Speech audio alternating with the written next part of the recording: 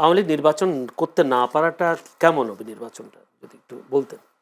দেখেন, আমি একটা জিনিস মনে করি যে তুমি অধম তাই বলিয়া কি আমি উত্তম হইব না। বিএনপি ক্ষমতায় গেলে নারীদের ফ্যামিলি কার্ড, কৃষি কার্ড দেওয়ার অঙ্গীকার করছে। জামায়াত তো কোনো প্রতিশ্রুতি এখনো দিতে পারছে না। সেক্ষেত্রে জামায়াতের চেয়ে বিএনপি অনেকটা কি নির্বাচনী মাঠে এগিয়ে গেল কিনা? এই বিষয়টা আসলে হচ্ছে কি, আমাদের দেশের মানুষ এখন রাজনীতিবিদদের বিশ্বাস করে না, কোনো প্রতিশ্রুতিকেই বিশ্বাস করে। আপনি দেখবেন যে আমরা, কারণ কি, আমরা যখন যা বলি আমরা তা করি না। নির্বাচনের আগে আপনাকে দেখলে সালাম দেই, নির্বাচনের পরে দেখলে চিনি না। এই হলো আমাদের চরিত্র। তো এই চরিত্রের মধ্যে বিএনপি যেটা ঘোষণা করেছে ফ্যামিলি কার্ড, এটা অবশ্যই সমাজ, রাষ্ট্র বা মানুষের জন্য, বিশেষ করে মানুষের জন্য এটা অবশ্যই ভালো একটা সুযোগ, কল্যাণকর। কিন্তু কথা হচ্ছে শেষ পর্যন্ত তারা এটা কার্যকর কতটুকু শতভাগ করতে পারবেন সেখানে যেমন সন্দেহ থেকে যায়, তেমনি হচ্ছে মানুষ এখন নির্বাচনের আগে এটাকে কতটুকু বিশ্বাস করবে এবং এই বিশ্বাসের উপরে তাদের ভোটাধিকার প্রয়োগ করবে, সেটা কিন্তু একটা চ্যালেঞ্জ হয়ে দাঁড়ায়। কারণ ওই যে বললাম যে মানুষ সবসময় মনে করে যে নির্বাচন আসলে আপনি আমি অনেক কিছু বলি স্বার্থের জন্য, নির্বাচন চলে গেলে আর কিছু চিনি না। এই জায়গাটাতে যদি বিএনপি মানুষের মধ্যে বিশ্বাসের ঘাটতি দূর করতে পারে, সেক্ষেত্রে আমার মনে হচ্ছে হয়তো এটা কাজে লাগতেও পারে। একটু আরেকটা প্রশ্ন আপনাকে করে যাই, যদিও আপনাদের কথায় আমি একদম পরিষ্কার যে 5 আগস্টের পরে যে পরিবর্তন, নতুন বাংলাদেশ, নতুন রাজনীতি, নতুন বন্দোবস্ত, যে আমরা আশা আকাঙ্ক্ষা করেছিল, দেশের মানুষ আশা করেছিল, যারা আন্দোলন করেছে তারা আশা করেছিল, কিন্তু আপনাদের দুজনের বক্তব্যে সে আশাই অনেকটা যদি বলি গুড়ে বালি হয়ে গেছে। কিন্তু অন্যান্য বিষয়গুলো আছে, যেমন ধরুন গত সরকারের আমলে আমরা দেখেছি সাংবাদিক নির্যাতনের ঘটনা দেখেছি, সাংবাদিকরা অনেকেই জেলখানায় মারা গেছেন, একজন এমন একটা ঘটনা ঘটেছে। এই সরকারের আমলেও আনিস আলমগীরের মতো একজন মানুষ জেল খাটছেন। আপনি একজন সাংবাদিক হিসেবে কি মনে করেন, কি বলবেন? এই বিষয়টা হচ্ছে কি, যে জুলাই যে আন্দোলনটা কেন হয়েছিল, মানুষের কথা বলার অধিকার কেড়ে নেওয়া হয়েছিল, মানুষের যে গণতান্ত্রিক অধিকার, যেটা রাষ্ট্রীয় অধিকার কেড়ে নেওয়া হয়েছিল বলেই কিন্তু এই আন্দোলনটা হয়েছে। এটা হচ্ছে তার প্রতিবাদ। এখন যে অন্যায়ের প্রতিবাদ করে মানুষ দেশকে মুক্ত করে ফ্যাসিস্ট থেকে, সেই অন্যায় যদি আবার হয় তাহলে বুঝতে হবে যে দেশে গণতন্ত্র এখনো আসে নাই। তার প্রমাণ হচ্ছে আনিস আলমগীর, ওনাকে যে নেওয়া হলো জেলে, বা আরো সাংবাদিক যারা আছেন, তাদেরকে ধরেন যে তারা যদি অপরাধ করেন, সেক্ষেত্রে তাদেরকে আগে অপরাধটা উচিত ছিল যে কনফার্ম হওয়া, যে আসলেও জেলে যাওয়ার মতো অপরাধ তারা করেছেন কিনা, সেটা শতভাগ কনফার্ম হওয়ার ক্ষেত্রে তারপরে বাকি প্রক্রিয়াটা যদি সরকার শুরু করতো, তো সেটা আমার মনে হয় যে ন্যায় বিচারের ক্ষেত্রে, সেটা ইনসাফের ক্ষেত্রে, সেটা আমার মনে হয় আরো গ্রহণযোগ্য হতো সমাজে এবং সাংবাদিক কমিউনিটি, রাজনৈতিক কমিউনিটির কাছে। কিন্তু আরেকটা প্রশ্ন আমার খুবই জানতে ইচ্ছে করে, প্রত্যেকবারে সরকারের আমলে একটা গ্রুপ, সাংবাদিকদের একটা গ্রুপ সবসময় লেজুর ভিত্তি, সরকারের যিনি ক্ষমতায় থাকেন তার লেজুর ভিত্তি করে থাকেন।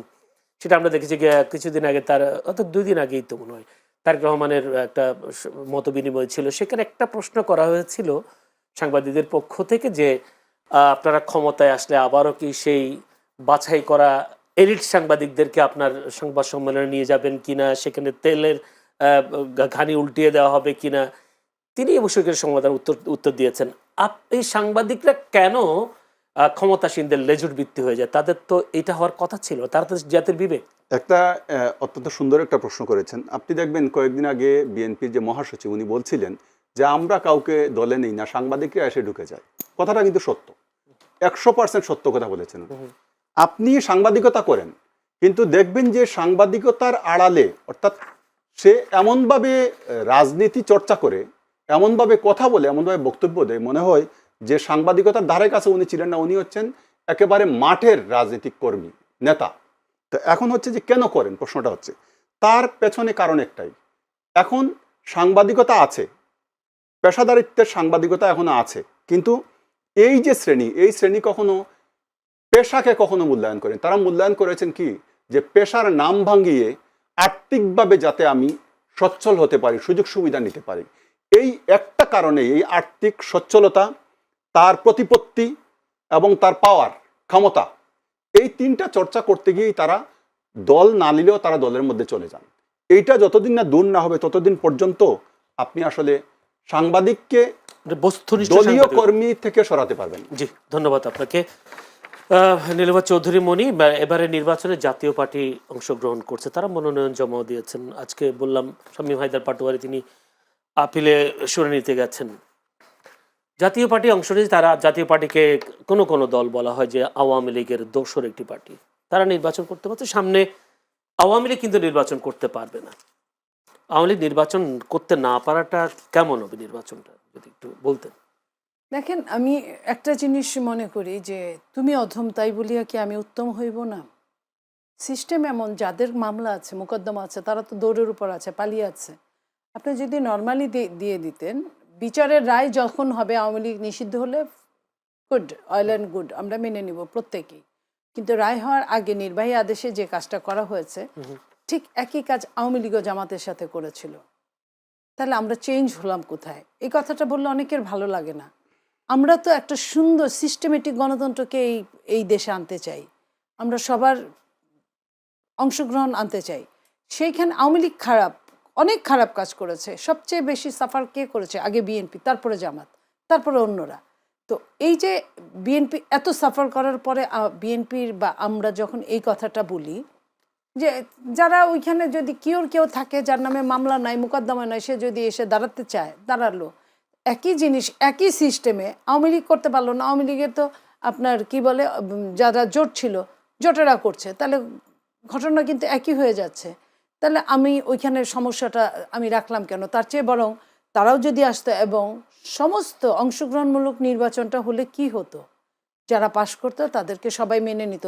আওয়ামী লীগ কিন্তু অংশগ্রহণ ছাড়া নির্বাচন করেছে, জামাতকে করতে দেয় না। জামাত কেউ বিএনপির হয়ে, বিএনপির এই শফিকুর রহমান থেকে শুরু করে অনেকেই, 25 জন লাস্ট যখন 18তে করলো, তখনও কিন্তু ওনারা ধানের শীষ মার্কা নিয়ে করতে বাধ্য হয়েছে। করেছে আমি তা বলবো না, উপায় নাই, বাধ্য হয়েছে। তো সেই জায়গাটা আমরা বা এই যে জোট বা এই আপনার বৈষম্য বিরোধী যারা আমরা আছি, তারা কিন্তু সবাই ওই কাজটাই করে। এক কথাই যদি বলি আওয়ামী লীগ নির্বাচনে অংশগ্রহণ করুক, বিএনপি চাই। বিএনপি চাই কিনা, বিএনপির ওই কথাটা, আমি তো বিএনপি মধ্য পর্যায়ের একজন কর্মী, আমি তো বিএনপির সমস্ত দায় দায়িত্ব নিতে পারি না।